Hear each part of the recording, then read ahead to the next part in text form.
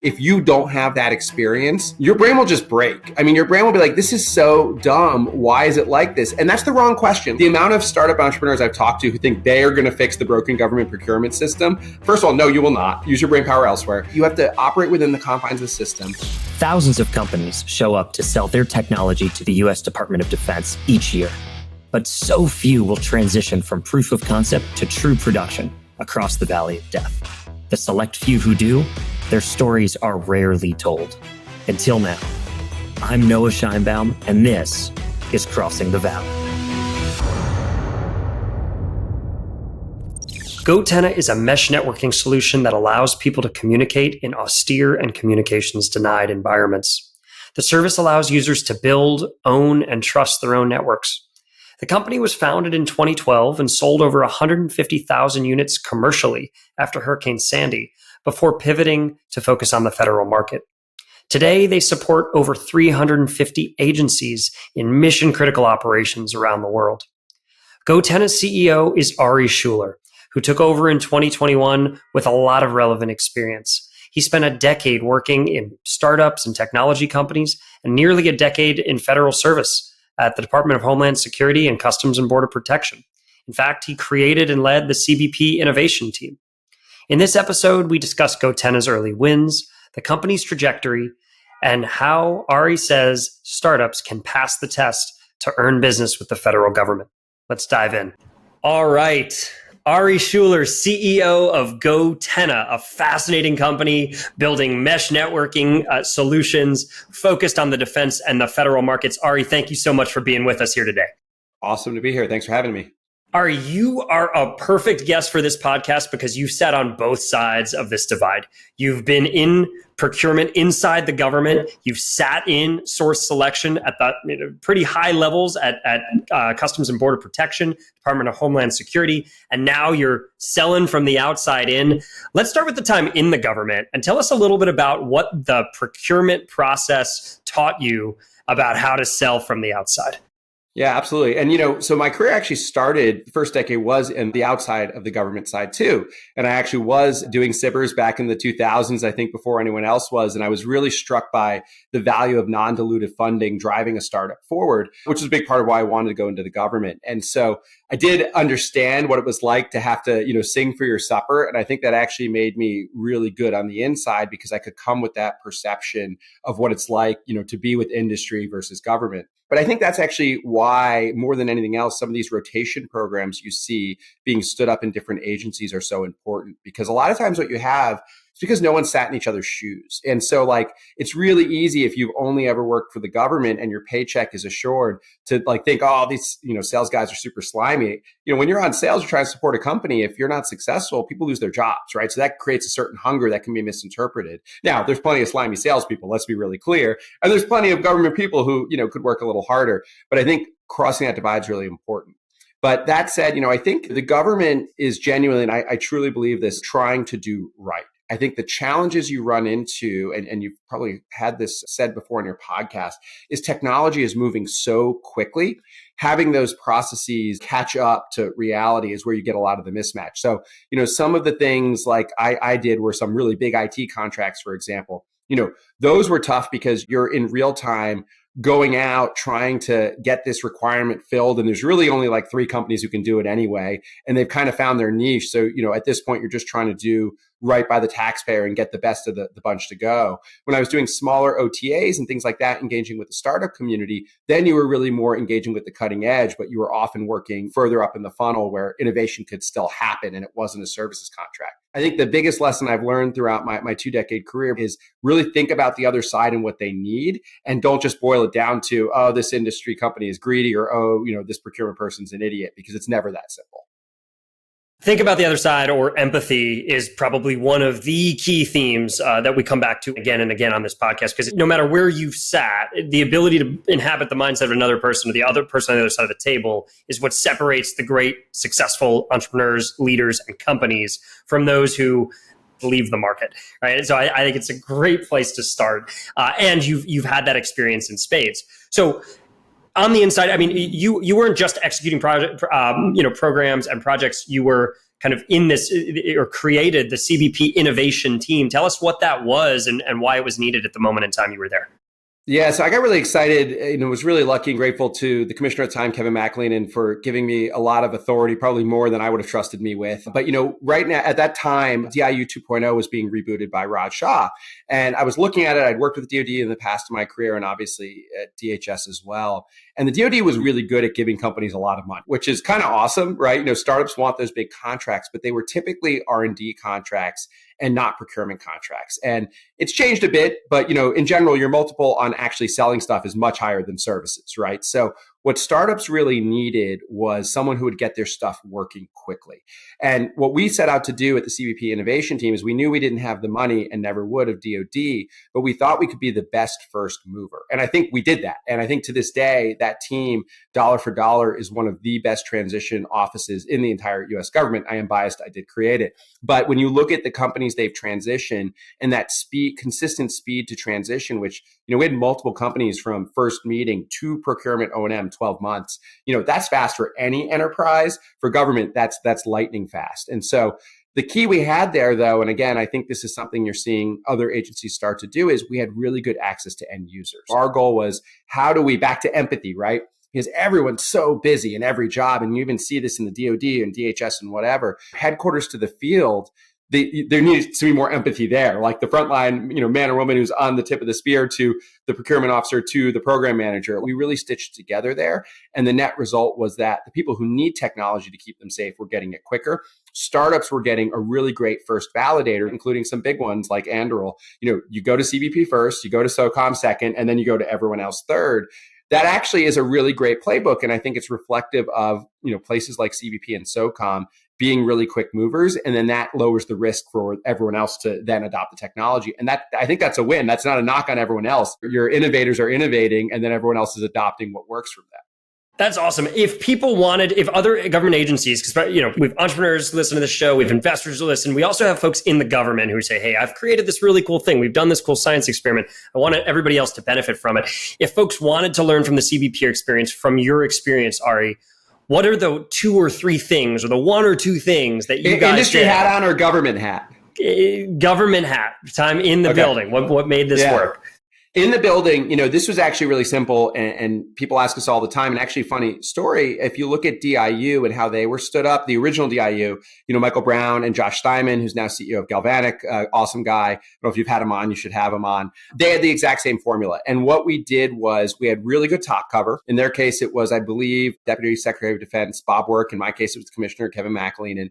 But then what they did at the working level, and me and my team did at the working level, is we stitched together all the people who had to say yes, so that you didn't get caught up in privacy, or you didn't get caught up in your ATO or ATT, you didn't get caught up in contracting, because we did all that relationship building. And the way we did it is we did really good quality work. We would routinely talk to folks who had to review our privacy impact assessments. Procurement would be like, you do all the things. And that sounds really simple, but the reality is the government has so many technology challenges that are solved by COTS solutions.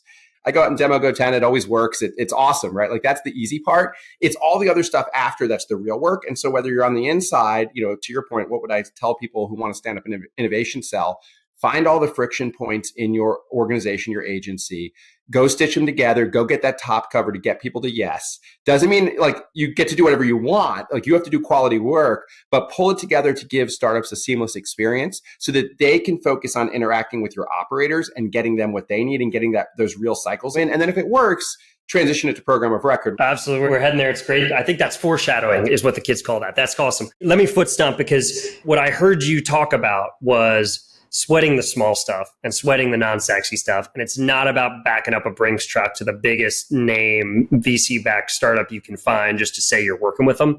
It's saying, what are all the things that a company needs to get from A to B, and then solve for those things. And I think some of those conversations are happening in certain places across the government. But when you take that to steal the kind of Elonism or the Tealism of the first principles approach of what does it take to get to that programmatic win, and then just reverse engineer. It's like, okay, if these are the things you got to do, how do we help companies do those things? And I'll give you a great example. When I was doing Zippers in the early 2000s, it was a 1-year process to get your phase 2.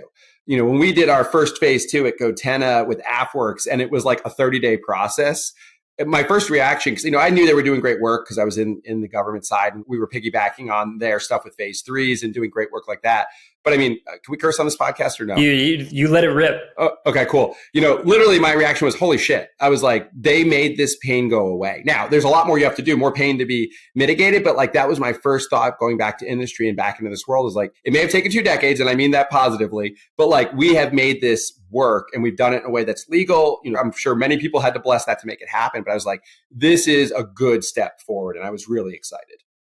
That's a great pivot to a large part of the reason we're here, which is to talk about goTenna. Amazing story, a company that has pivot, is to put it lightly, started kind of consumer focused, right? And now 80%, if not more, government focused. Ari, tell us a little bit, for folks who may not have heard about the specific products, what is it that goTenna does? And kind of how did it become such a government focused company? Absolutely. So the company was founded in 2012 following Hurricane Sandy, where power and comms were knocked out in the majority of New York and the surrounding area. And the company's founders watched this happen, lived it, and they were like, wow, we really need decentralized communications, which made a lot of sense actually coming out of something like that. The original vision of the company, as you mentioned, was very much consumer focused. The idea was preppers and hikers and things like that. And a lot of product was moved, built a really great product, but the government then found it. One of my mentors likes to say that when you're doing product market fit in a startup, you got to figure out if you're selling vitamins or medicine. Product was interesting, but it was very much vitamins. But when multiple parts of the government found it to solve 2 very distinct problems, which we support today, and I'll talk about in a second, all of a sudden lives are being saved on a daily basis. Like, all of a sudden you have true product market fit, the kind that every VC and startup and end user customer gets excited about. And there's 2 use cases real quick, and I'll talk about how we moved to support them. The first was low cost, long range communication. There are parts of this planet where missions have to be done that have no cellular and will never have cellular. I think there's something like 300,000 square miles of southern border that just will never have cell. There's nothing there, but there's tons of state, local, federal search and rescue operations, law enforcement, even in some cases military. You've got testing ranges that need some form of connectivity. And goTenna really excels in that space. The Arctic area we're looking to support in the future also falls in that, as well as park preserves in Africa, where there's a lot of illicit poaching. These are problems that you just cannot solve with any other technology. The second use case that really drove the pivot was interoperability. A lot of radios, even to this day, are frequency locked. And so if you have a multi-agency response, you might have 10 agencies show up and only 3 can communicate with each other. This is a problem dating back to 9/11, and the commission still exists today. The other problem that's sort of a sidecar to that is when you are working with our partner forces, you may not be able to hand them, a military gear. You may not want to because of cost. You may not be allowed to because of ITAR. And you need something really good that can fill that gap, and goTenna does that. So driven on the backs of these 2 really strong use cases, the company started moving more and more to support this market, really culminating in the product today, the Pro X series, which is about the size of an electric toothbrush. I have to wave it around because it's that kind of product. If you're not on YouTube, get on YouTube. You got to see this thing. There you go. You got to look at my ugly face, but you get to see an awesome product in the process. But, now we have this extremely low cost, size, weight, and power C-swap mesh radio that allows you to build these huge, low bandwidth, difficult to detect on the spectrum networks that can be used for all sorts of public safety, military, and law enforcement missions around the world. That's amazing. The words mesh networking get thrown around a lot. I think for folks to hear even that the roots of the company post Sandy in New York City, which is my home base, and seeing, that kind of devastation very close to home, and then transitioning from New York City to austere environments around the world is not probably the normal path to scale. It's a great story, and it's such a perfect example of how success is the mother of innovation, and seeing how y'all have pivoted has been really, really neat. So Ari, you weren't there necessarily on day one, but tell us, how was it that you began to intersect with this company and this mission? Yeah. So, through my work in the innovation team, I was really lucky to work with a lot of very successful VCs and startups. And I got a call from one Trey Stevens. He gave me a call and said, hey, look, goTenna is looking to pivot fully into government. And, the thesis that we had and Trey had, and credit to him because this was all pre-Ukraine, was that the comm stack needed to be disrupted. You had lots of companies like Anduril and Shield AI disrupting the AI side of things, lots of things going on in different parts, but comms had really been largely neglected from startup activity. And he said, this is a great platform. It's a great piece of technology. You should come help that pivot. And I was very familiar with the company. I was very familiar with the importance of the technology, how it was being used. Really excited, and this is, again, I keep saying pre-Ukraine because post-Ukraine, it's like, duh. Pre-Ukraine, I was like, that's cool. But the idea was like, we really do need more disruption. We need more COTS capabilities. We need next generation comms against our near peer adversaries. And so I was really, really excited to join the company, initially as COO, and then really flattered when our founder and board, they wanted to move to the next level, promoted me up to CEO a little more than 3 years ago. And since then, it's just been awesome, being able to serve the men and women who are on the front line of so many different dangerous missions every single day, and, giving them something that makes them a little bit safer, a lot bit safer, depending on what it is just an honor and a privilege and something the whole company gets excited for. It's neat and a great reminder that you came in and have meaningfully impacted the company's trajectory and led through a pretty important and impressive era of growth. And so even that handoff from a founder to the first outside executive is really neat. You've seen a lot of things. Take us back to those early government touch points, especially given your background in leading one of these innovation organizations inside government. How did goTenna initially go to market with respect to the federal government? Yeah. So, the company, and this is part of why I joined it, I'd done startups in the past and I'd sold capital equipment and I swore I'd never do that again. But, one of the hard things about government, as you and your listeners know, is procurement and having a procurement strategy. And what I liked about our price point, the radio is $1,200 in low volume, is that it's something that can be procured on O&M contracts. It's something that can be P-carded even in a way that's actually meaningful. We can get a customer started on a P-card. And I really liked that nimbleness because having watched startups come in, there's so much hotness in AI. And this talks about a great example of pain points we were talking about earlier. You could have this amazing super duper AI thing, but you got to get access to the data. And agencies are making really big strides in, synthetic data or sandboxes or stuff like that. But for a startup that's selling those kind of products coming in, like they're looking at least 6 months to get into a usable environment. We give our customers air-gapped goTennas and they're off to the races the next day. We can run demos immediately. Like they can take it operational without any of that stuff. The company, back to your question, was able to ride a lot of initial success off of that. So they were able to get a lot of product in the hands of customers, which was great. I mean, you need people using your stuff to see if it works. Clearly our stuff did. But then there's the next level with government. And this is where I see a lot of startups struggle. And it's because it's hard. And there's no silver bullet. It's lead bullets, as I think a lot of people like to say, which is you then have to get sticky and you have to get integrated. And so while you can skip those initial steps of, hey, we got a bunch of gear in place, you need to be getting integrated into their IT systems. You need to become parts of their program of record. You can sort of dodge around and get a lot of early adoption and use traction. But for the long haul, you have to do all the things, all the hard things we were talking about.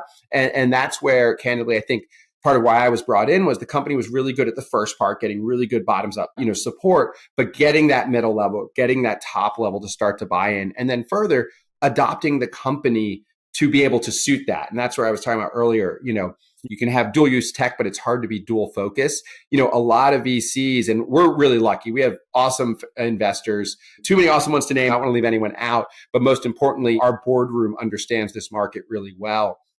We want to have a strong services business as part of we don't just want to throw stuff over the line and say it's your problem, government. That's a great way to have bad things happen. But you have to be willing to invest as a business to do that. And that's where I've been taking the company in particular, is that mission first, operator focused type of approach where we say, look, you might come back to me, random agency, with a really, really complex, strange ask.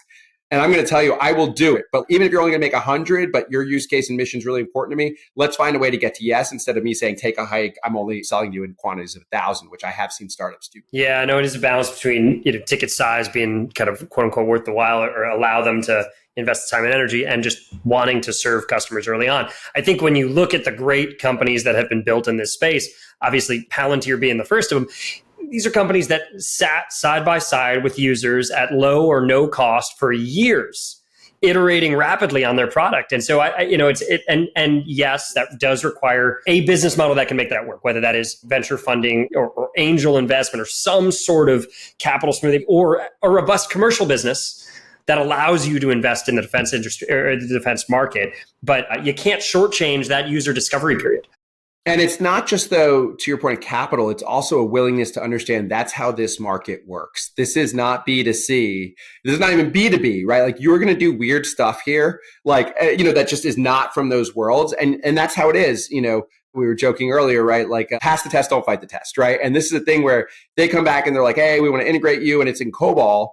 Your answer can't be like, sorry, we don't do that. SOCOM, we're not going to go find, and SOCOM doesn't use COBOL, to be clear, but we certainly had our payroll systems back at DHS on COBOL still. You have to say, all right, we'll figure this out. Can you steer me to a COBOL programmer and we will build an SDK? You've got to at least have that dialogue. Or to your point, you'll never get that user feedback. And in the government, more than any other market, right, a bad reputation will haunt you forever. You have to be, the best companies here are viewed as partners in the trenches with the operators. And that's what every startup in this business should try to be accomplishing. Yeah, it's all about trust the currency of business writ large, and especially in this space with long sales cycles. It's just absolutely essential. That's right. Ari, before we move off this, you said two things that are really interesting, and you talked about one, you can get started on a P card, meaning government purchase card. I want you to just clarify for folks what exactly that is, and then why is it important that you could be purchased with O&M dollars, operations and maintenance money, versus the R&D and the procurement dollars that most startups are chasing? Absolutely. So P cards generally in the government have a $10,000 limit. A lot of SaaS stuff, it's hard to get under that. There are allegedly these mythical $100,000 P cards. They do exist. I've never seen one in the wild. I've seen stories about them. But, if you can do that, it's the lowest amount of paperwork a customer can do to procure something. I mean, we're talking something that takes days. And now, again, very few things can be sold that way. But I would always tell companies, like, figure out a way to get a trial under 10,000 because you will just be able to get customers using your stuff sooner. So for us, we have a new customer package, 6 goTenna Pro X2s and a day of training, $999.99, right? And that lets you get off to the races. And it's a weapon for us, like a positive weapon of, land and expand, where there's really, if a customer wants it, they'll make that happen. To your O&M dollars point, I've been out of it, but O&M are very common and can be used for consumables, which, a lot of capabilities, including ours, are often considered.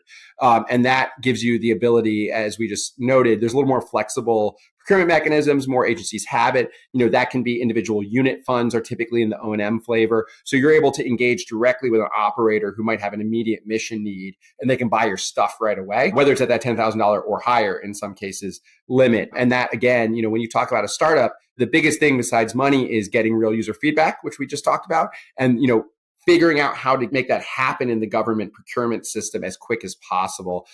That is your job. And again, our ability to solve that is one of the many, many reasons I joined the company. Absolutely. So this show is about stories of scale, or stories and scale. And I think you've done a great job teeing up how you all entered the market. You've had some big wins in recent years. The most recent, this Air Force strategic financing increase, or StratFi win. So Ari, I want you to take us through that story. Tell us, what customer did you all kind of start working with respect to the Air Force? And how did you bring them through this journey with you to the point where you're bringing in a bunch of matching funding, you're able to really scale up on a path towards program of record? Absolutely. And I should be really clear, right? As a former Govy, a couple of disclaimers. Number one, actually, I should note we're in the contracting process, so I'm not going to talk too many specifics there. Second, my views do not reflect that of the Air Force. I will say too, once a Fed, always a Fed. Our customer mission for our strapline in particular is pretty sensitive, but I want to say we have some really, really awesome end users. You know who you are. We're very grateful for your trust in us and your mission. And equally important, talking to my roots, the contracting team that's working on this, really amazing group. And again, really appreciate all the hard work they're putting into that process, because that is a process unto itself. But to the story, disclaimers aside, AFWorks, I was really shocked when I got to the company that the company had not, meaning goTenna, we had not pursued any of the non-dilutive funding opportunities that were out there. And going back, as I alluded to earlier in the conversation, in the 2000s, I was doing this, and I was really struck by how a startup could use non-dilutive funding to stretch your runway longer, which is always important, but B, get some customer validation, right? Like if someone's giving you money, now it's by no means a guarantee for a transition, and that's a separate conversation we'll hit a little bit, like we said, but it is the right steps in the right direction. So we immediately started going after AFWorks because there's a lot of great cyber programs out there. But I think AFWorks has done a really nice job with the open topics of making it a very accessible product. There's something like 6,000 contracts and 4 billion since 2019 through the AFWorks program, which is amazing. And the fact that like it happens in 30 days, generally there's always exceptions if it's classified, whatever. But, that's awesome. I mean, that is speed of startup, right? Like you cannot complain about that in a startup unless you're doing B2C, which is much faster, but then you have to deal with app store reviews, which is nightmarish. So, we work with a number of different units. One I'll call out in particular was the 147th ASOS out of Texas, Air National Guard. And we really like that because going back to what I said about what goTenna does really well, we have a great low-cost product. We solve an interoperability problem and we solve a range problem. And when you think of the National Guard responding to disasters, dealing with multiple state, federal, local agencies, bingo, right? Like now you've got a capability that makes total sense. We've just had such great support from them that we're just super grateful. We've had great Space Force customers, some other ones doing more sensitive missions. Again, I don't want to bust any OPSEC, but really what I'll say throughout, and this is kudos to the AFWorks program, like they have created a door you can walk through. You have to go find the TPOC, and I know it's hard on the government side. It's the technical point of contact. Sorry for the acronym. Air Force, I was getting bombarded by industry trying to find good sponsors, but it is a really good and fast tool because you can find people with mission needs and you can go help solve them. So that was super successful. We obviously got through the phase 2. We actually did then get our first phase 3 contract through U.S. Customs. Our goTennas have had a long relationship that predated actually even the innovation team's involvement with that entity, which is part of the reason we really didn't do a lot with them. It was because they were already being used in an O&M way. But for those of you in your customer or your listeners are familiar with the Team Awareness Kit, TAC or ATAC, we let ATAC work anywhere. And so Border Patrol is a big ATAC shop. They needed a bunch of gear. They went through the phase 3 process as a way to procure. But StratFi was a really natural evolution for us on the Air Force and special warfare side of the house. And what I'll say there of why we're so excited as a program to be a part of it once it's awarded formally is that if you are smart and if you use those funds wisely, it's a really great way to cross the valley of death. It is not a guarantee you will get a phase 3, and they're very clear about that, right? But it is buying you time and buying you opportunity to continue to refine your product in a way that supports the government mission. And then what you should be doing, and we certainly are, in parallel is then reaching out to programs of record. You should be incorporating them into your StratFi, which we do as well, so that you can nail the timing. Now, it rarely works that way in practice, but there are definitely steps you can do. And I think I'm really excited because we've built a team at goTenna back to that single focus on this market that we're able to align all these things. And then most importantly, get gear in the hands of operators who need this stuff to keep them safe. Like that's the end goal, right? That is why this is so exciting for us. 100%. And when you say integrate or incorporate programs into your StratFi, I mean, you led us through a really helpful overview of, hey, from early Cyber Phase 1, Cyber Phase 2, using StratFi to extend. But what does it mean to incorporate programs into your StratFi? Talk about what that actually looks like for you guys. Yeah, for us, it's talking to end users who would need the gear, understanding some of their capability gaps, and then incorporating that into the actual StratFi program. So, if we're hearing from 5 different parts of the special operations community, including Air Force, of course, since they're the main sponsor, like if we can create a tool that's going to benefit all of them, why wouldn't we, right? Like at the end of the day, we want to keep this product as simple as possible and as powerful as possible for that community. And so, talking to those program offices, letting them know, look, there's other people's money. We've had a lot of non-dilutive funding from Air Force, Navy, Space Force, even DHS and U.S. Customs. Our goal is to make that all synergistic, right? There are programs that U.S. Customs has funded that benefits the Air Force. There are things the Air Force has funded that benefits U.S. Customs. Like this is how we give America a competitive edge, right? When all of these teams are working together for that end user warfighter, like that is why the defense industrial base should exist. That's why DIU, AFWorks, us, VCs that back us, like that is what we should all be pushing towards. When you guys think about the strategy around your StratFi, was it more units in the hands of more users? Or is it taking what you all had done and kind of advancing with research and development to fit different use cases? How did you think about this particular mechanism? Right. Well, so important to remember, of course, this is an RD teaming contract. It's all R&D. Yes, sir. Yep, exactly. Very important. It's what are the features we're hearing about consistently from this community, and what are the ones that will enable, better warfighter capability. And so for us, we have a stack of different capabilities that are going to support a number of different missions, particularly in the near peer conflict area. And so, I'll give you an example if I can, that's not StratFi related, but actually something we're really quite excited about that we launched last week at the SOF conference, which is our new capability, which is what we call Project Skywave. And so what Skywave is the integration of goTenna with high frequency radios. And so for your listeners, high frequency radios have been around forever. You bounce radio signals off the atmosphere, which lets you go beyond line of sight. Very, very cool technology that was largely moved past because of satellites, had a lot more bandwidth, a lot less latency, a lot more consistency. The challenge as we've been retooling for near peer is that you can no longer rely on satellites, in a near peer conflict. They could be kinetically damaged, they could be jammed. Everyone knows where they all are. And so you need capabilities that are not reliant upon that. What's really cool about goTenna, as I mentioned earlier, is we are completely free of any fixed infrastructure. You have a big old bag of goTennas, a couple of our relay products out there as well, our Edge Relay, which we launched a couple months ago, and you can build networks that are thousands or maybe even tens of thousands of square miles. You now incorporate in high frequency radio to connect these different networks. You now have a global capability that brings two other additional things that our customers get excited about. Number one, very hard to detect on the electromagnetic spectrum, both HF and goTenna. And obviously that's just something that's important these days.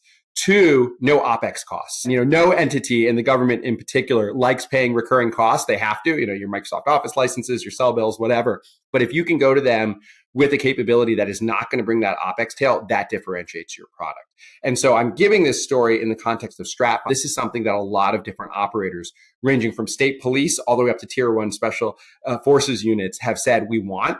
And so for us to roll this out and do that, in a concise and coherent way, it benefits economies of scale across the entirety of the B2G market, which again allows us to keep the product costs low, support the operators who need it, and get really great tech out in the hands of them as well. That's super cool. Thinking about the types of activities that you all support with this funding, it would be helpful to kind of lay out, were there different kinds of test and evaluation activities, different types of accreditation, or other, we started, Ari, talking about the enablers of companies that go from A to B, from science experiment to program of record. Were there enablers that you all thought about including in this scope of work? Yeah, absolutely. So, we really attacked it in a couple of different layers. So, next generation core product, right? We'll leave it at that. There's a lot of things people have been asking us to do. And what I really like about the StratFi is it lets us take some risk, right? We're approaching everything sort of with a threshold objective type of thing. And, you wouldn't necessarily be as quick to try crazy stuff. And that's the way it should be, right? Like the government wants to de-risk things for the operators to get better tech. And so we can be a little more aggressive in what we're doing there. There's also been some really interesting things we're doing in terms of fixed infrastructure. So, we launched our Edge Relay product, which is basically a permanent relay capability that you can lay out on the top of a mountain, top of a building, top of a tree, that lets you build that perpetual goTenna network. Just to give you an example of how powerful this is, 5 of those covered the entirety of the island of Oahu, and also would have connected the 2 neighboring islands as well. And so imagine now you have an emergency network that's up and running that doesn't cost you anything to maintain. And when you need that network, it's there for you, right? So there are some really interesting things there that if you had near peer needs and you wanted to add to that product, we've got some ideas there that'll benefit the warfighter that we're able to incorporate as well. But to your point, throughout this process, and we're building this in conceptually, we want to hear from the operator. We always want to make sure, what do you need? Pointy tip of the spear, because you're who matters. We will then engage. And this is where, again, I think AFWERX does a nice job with the way they structure things.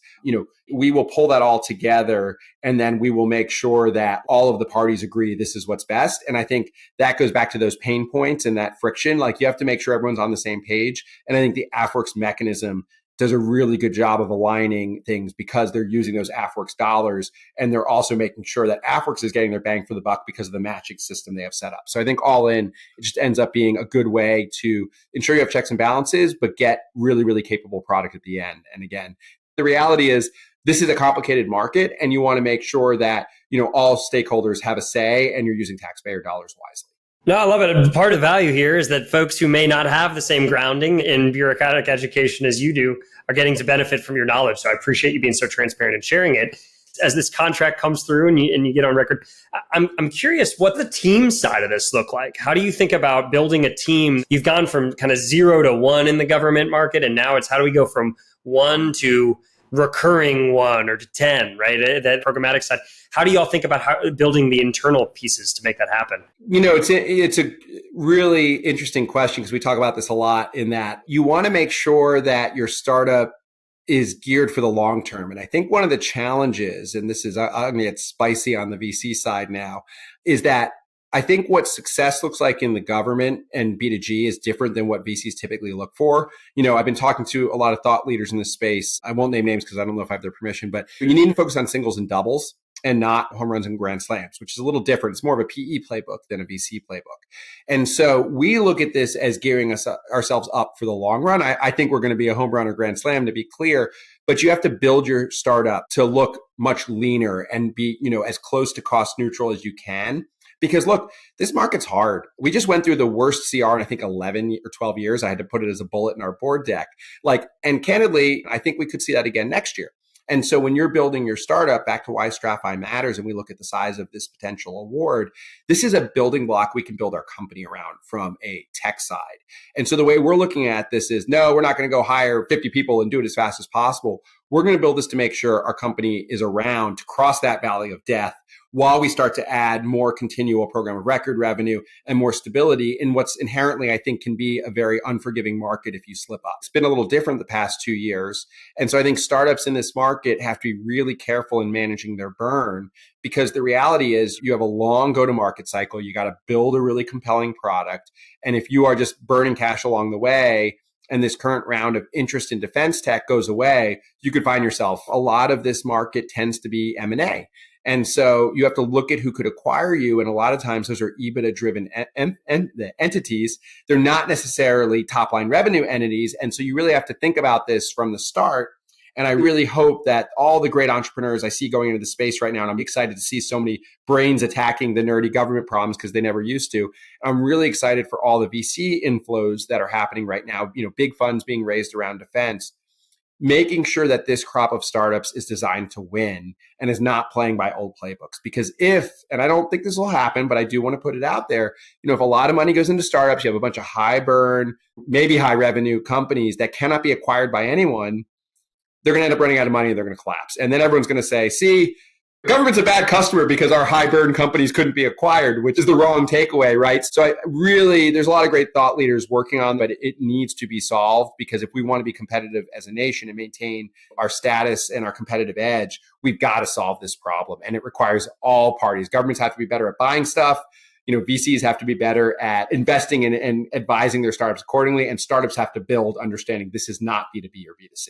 Absolutely. We talk about this a lot, which is that defense tech in the scheme of things is still a pretty new industry. It really didn't exist, or venture-backed defense tech didn't really exist in its modern form pre-2016, 2017. goTenna started 2012, but that was, again... We were not defense tech when we started. Not defense tech. Yeah, we were consumer. And, the other thing that's really interesting, back to that singles and doubles, is the best companies we talk about are enormous and have always, and they're the outliers and they're awesome. Like that SpaceX, Palantir, Anduril, Shield AI, I can list, the other really big ones, but most startups in this space are not getting 20x valuations, and they're not going to become unicorns. And that's not bad, but we have to make sure we're geared, for the big mission, as well as producing those returns that you are expected to produce when you take someone else's money. That's right. And it makes sense. You're aspiring to be the outlier successes. The rule is, I think it's 4,000 to 6,000 companies a year that exit the federal market, that say this is not worth it. They either close down or they go commercial only. And so going the other direction, which you all have done, and staying there, it's a really hard thing to do. That's right. And there's a lot there to be done. One thing I think is a really interesting challenge, I'm sure you've talked about on your podcast before, is this COTS versus GOTS thing. And I think that it's really interesting seeing what's happening with Ukraine right now. And then, even seeing some of the propaganda China releases, it's very clear COTS has a role on the battlefield. And I'm not being sarcastic, I'll get back to it in a second, that equip the warfighter and making sure that they are looking at the totality of what's available and then, spending dollars accordingly. On the inside, look, you are equipping men and women who are going off to potentially lose their lives in combat. You want them to have the best. And so, you're going to shape requirements around that. But I think that you have to find a way to make sure, two things are not happening. And I think this is often the concern of companies like ourselves, right? Is that number one, sometimes those requirements are no longer valid and just haven't caught up. Back to the paperwork side, we were talking about this earlier, IT services contracts. So like you might have a requirement that you need to see 5 miles. The mission could be a tunnel mission. You're never going to see 5 miles in a tunnel, right? And there might be all these COTS alternatives that are cheaper, but like the paperwork hasn't caught up and they can't buy COTS. Like that stuff does still happen, does exist. You have to fix that. But the second, which we're seeing in Ukraine is, GOTS by nature of being exquisite, important tech tends to have harder supply chains and higher cost. What do you do when you run out of GOTS? Or what do you do when GOTS can only manufacture so much?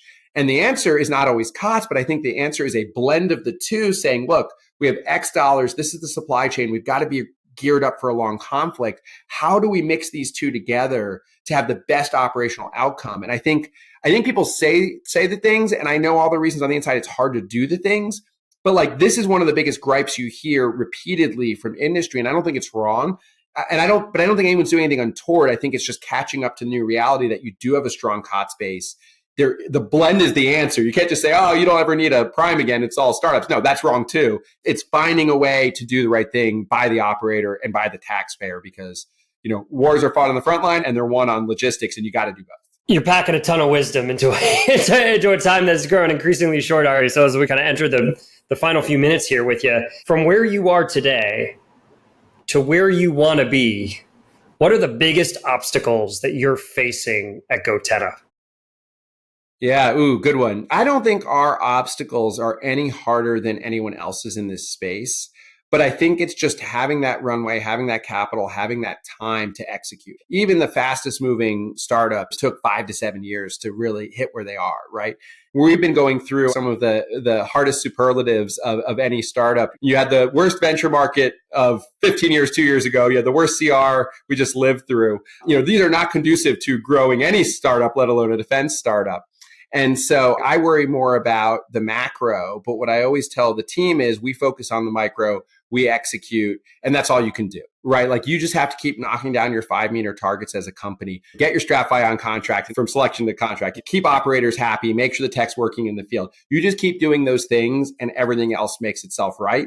But I do think like when I worry, right? I worry when we have conversations like this. I think we're going to be successful because we built a team that's lived and breathed this government DNA.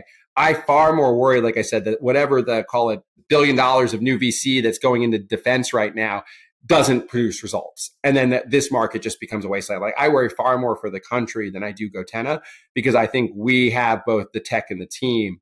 I worry that it will drive off a generation or a crop of aspiring, entrepreneurs who could solve some really, really hard problems for the nation.